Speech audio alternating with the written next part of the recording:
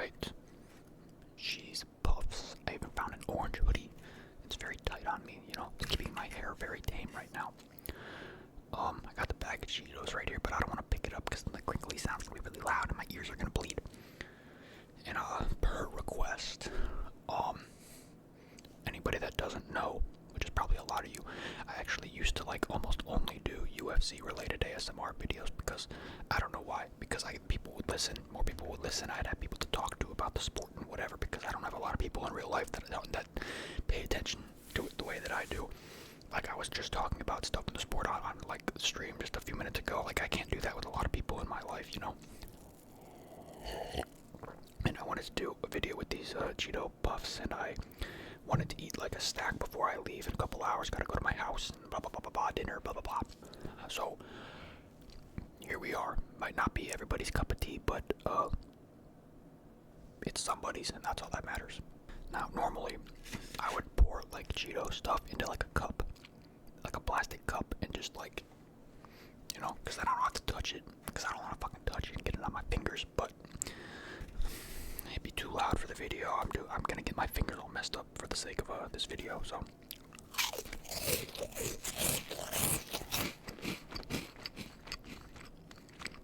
wow, those go away quick. All right, so this UFC card.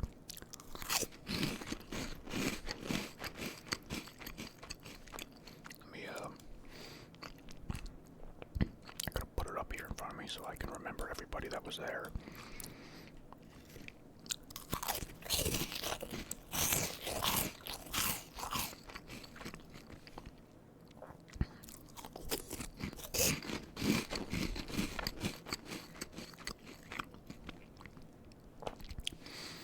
The first fight of the night was Mateusz Camilo and Vyacheslav Barshov, Slava Claus.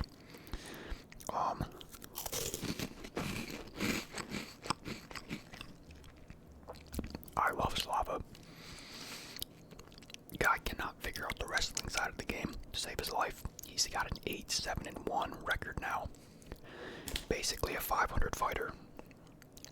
He's got I think he's like 3-7 or 3-6 in the UFC with a draw. He's lost a lot. He doesn't seem to be improving. He's not young. He's a fun striker, but I'm surprised he hasn't been cut yet. Today's Wednesday and he hasn't been cut yet, so they might be giving him one more chance, but not a good performance for him. I don't know what he's doing, but that's all there is to really say about that fight. And he's good too, because he had that draw with Nazim Sadikov, and Sadikov is obviously like a top 15 talent damn near, but you know.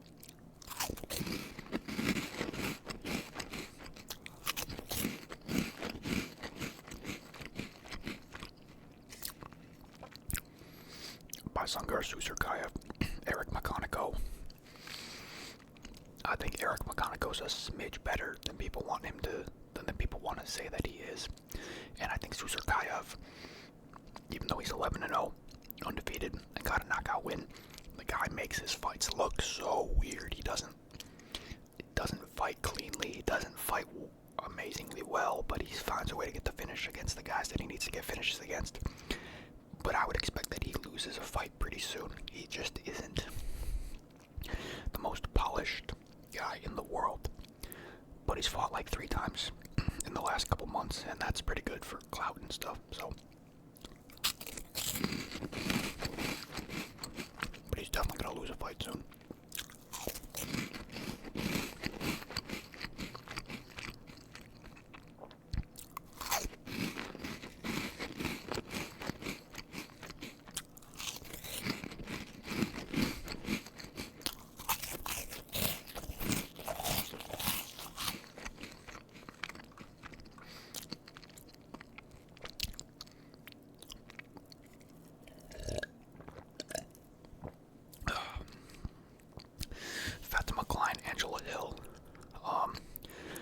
Good performance for Fatima Klein, Aaron Blanchfield's girly friend. Just another good benchmark test for her. Angela is now 18-16 in MMA. Not a great record, I think. There's not much to say. It was just a good showcase for Fatima, and that's about it. Pat Sabatini, Chepe Mariscal. I like Chepe, but I knew that Pat's kind of. he's a really good grappler. That's kind of all there is to it. And he kind of just out-sophisticated Chepe, which kind of happens sometimes. So he got that done. That was pretty good. Sucks for Chepe because he's fun, but, you know, fair game. Pat Sabatini's legit.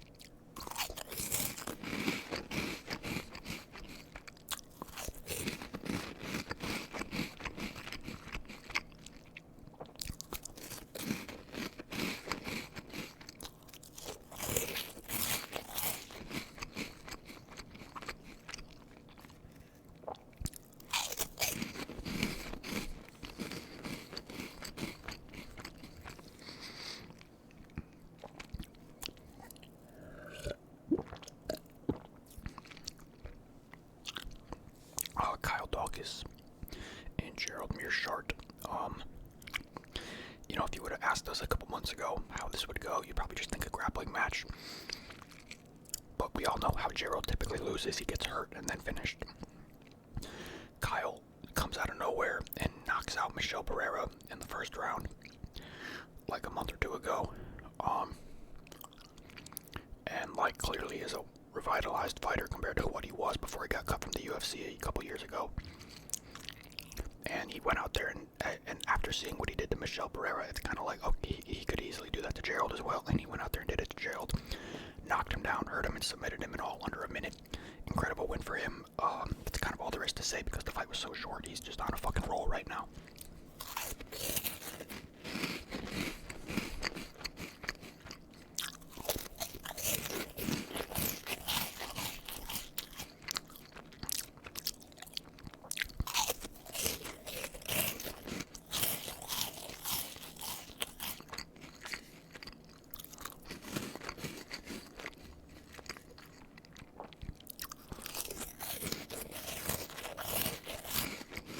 Gotta pour more Cheetos out.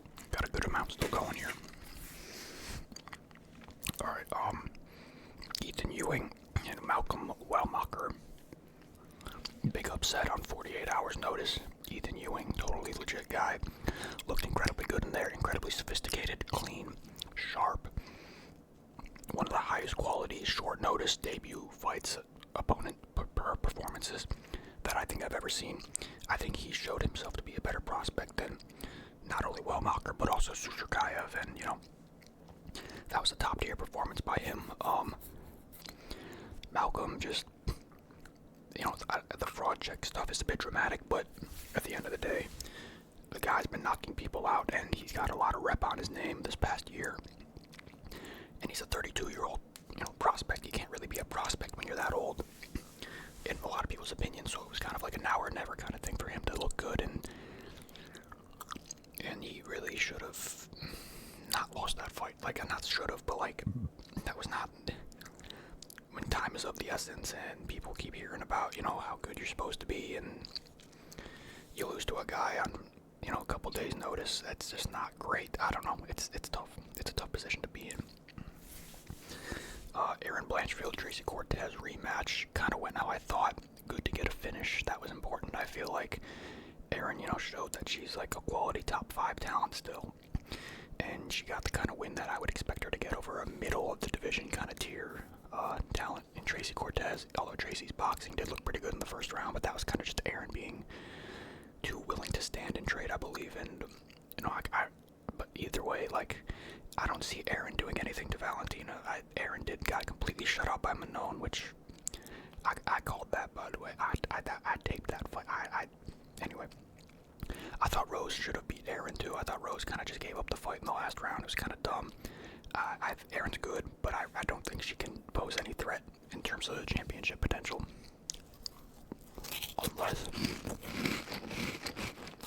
Unless it's against Alexa Grasso.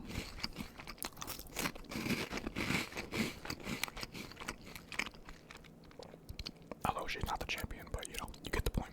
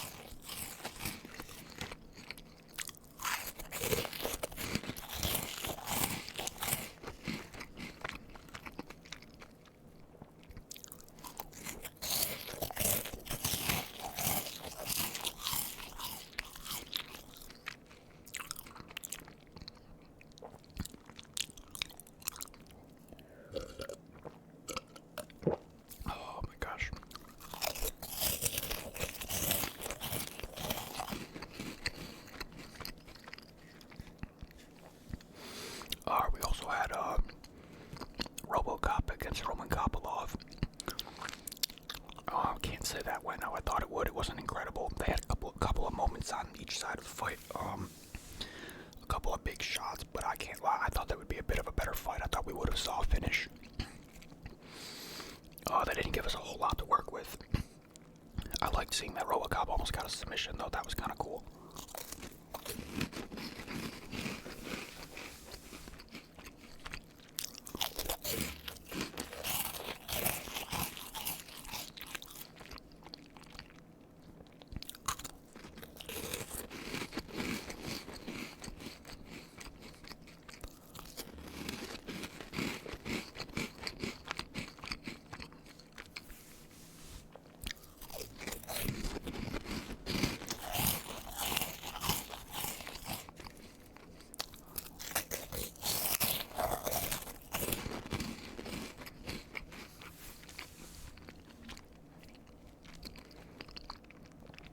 Like guaranteed to get stuck in your teeth every time.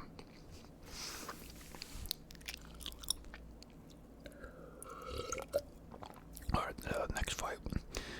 Alright, Bo Nickel, Rodolfo Vieira. I wanted to see grappling. Didn't get a lot of grappling. My synopsis of this fight is I missed the finish because I fucking fell asleep. Dead serious. I just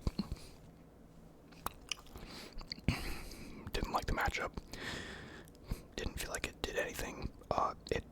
A spectacular finish, objectively, that's pretty cool, but, I just don't really,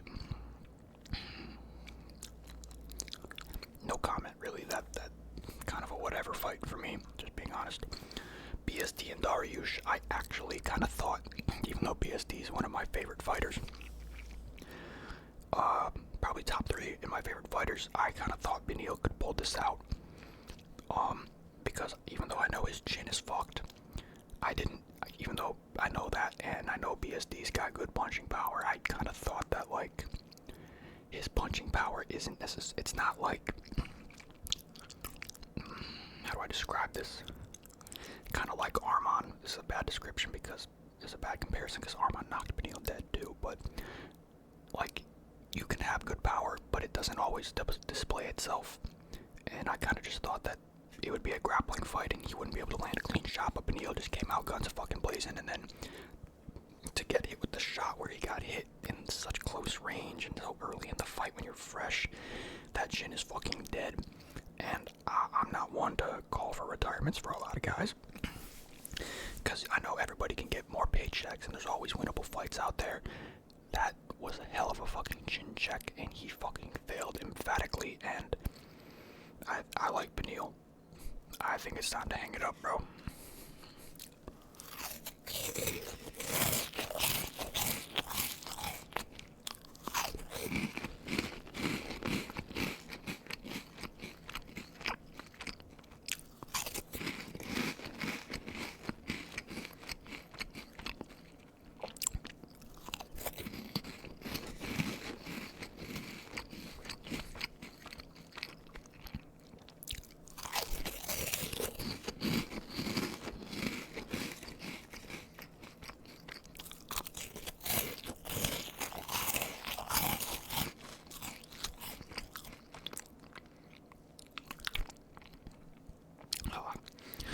Carlos Prates and Leon Edwards.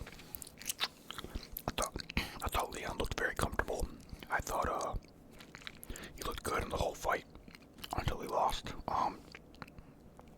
His first time in a very long time, in like years and years, where he's fighting somebody that he doesn't have to worry about wrestling. Even though Leon did some wrestling himself, I mean, I don't really think that matters. That was the smart thing to do, and it was working for him, sort of. And look, Carlos Prates just has some sort of fucking death touch in his straight left hand. It's in so many fights, the same left hand. It's just, he barely even had, Leon had a hand up, he barely had a window to get that hand in there, and it's coming like from a long range shot. His whole body's into it, his movement's into it, momentum. Leon's backing up, bad foot placement. It was a recipe for disaster, but that was a hell of a shot, and to knock out Leon when he's never been knocked out, that's quite fucking something, man. That was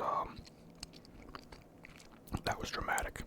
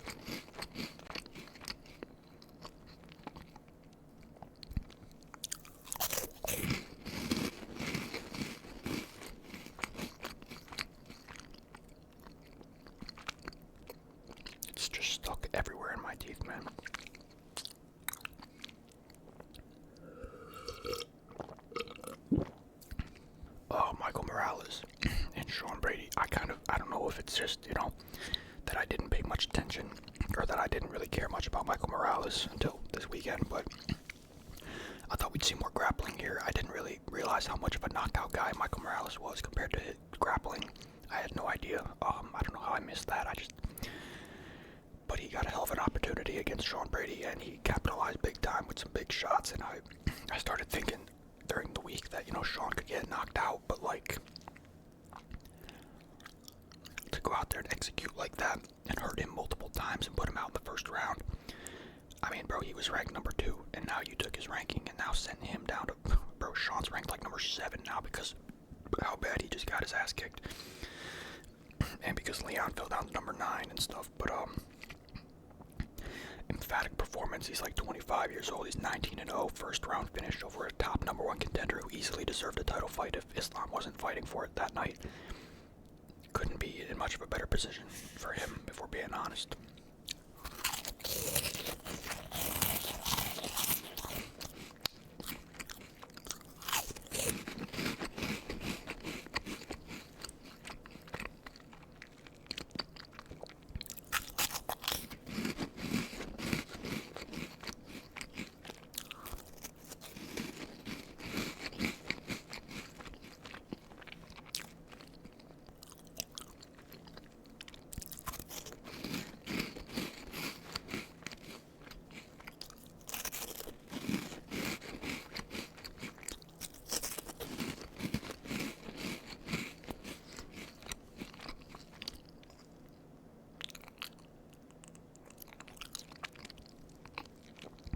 Oh, my teeth are so fucked right now.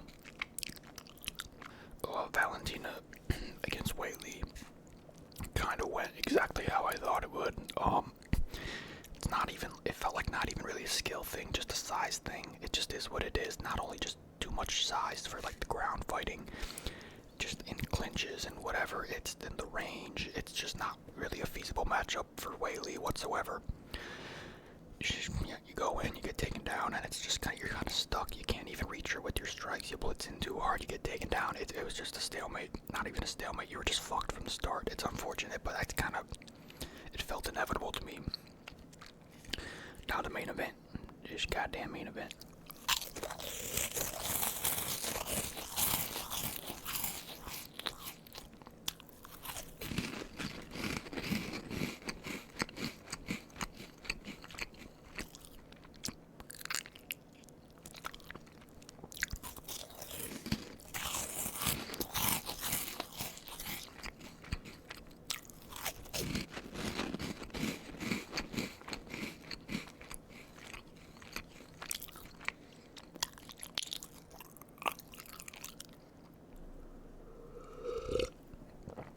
This main event, not even as much of a size thing. It was strength and technique and just will from the very start.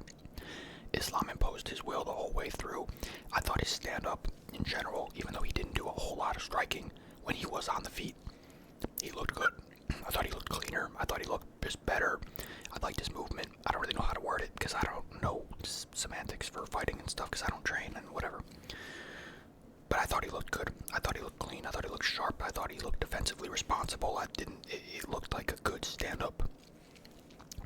Even though, again, he didn't have a lot of stand-up offense. My big critique with him and why I thought Ilya would send him to the fucking shadow realm is because he walks around like a fucking idiot on the feet sometimes. And he didn't look like that in this fight at all. Albeit, I think Ilya and Jack Della are monumentally different types of boxers. So, different style, different whatever. Other than the fact that they both box, I don't think they're any type of similar. Jack looked broken. His leg must have been on fire. He had nothing to give after a few minutes. The first takedown Islam got, he got that same takedown on Drew Dober at one point.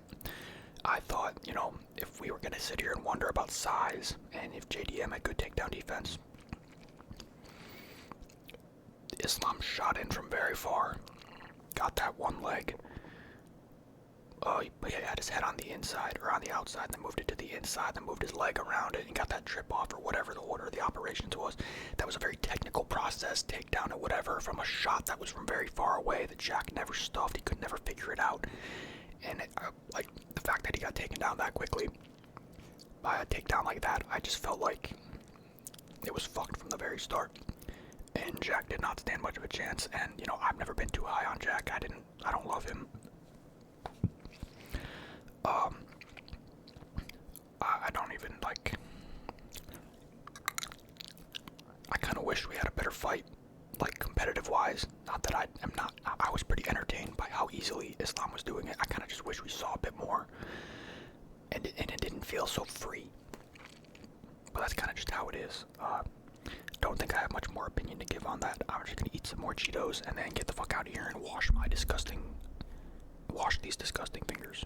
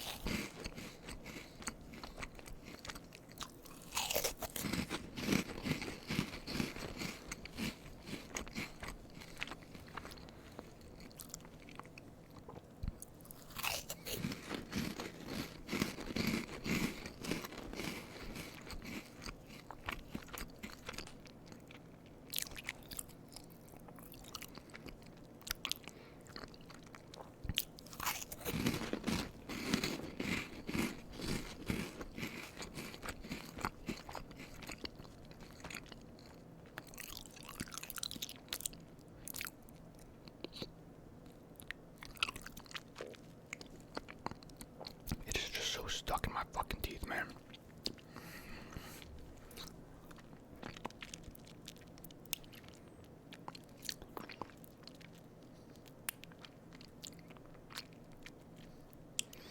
Dude, I hate this stuff being on my fingers so much. It makes me want to go fucking take a shower. It's gross. I don't know.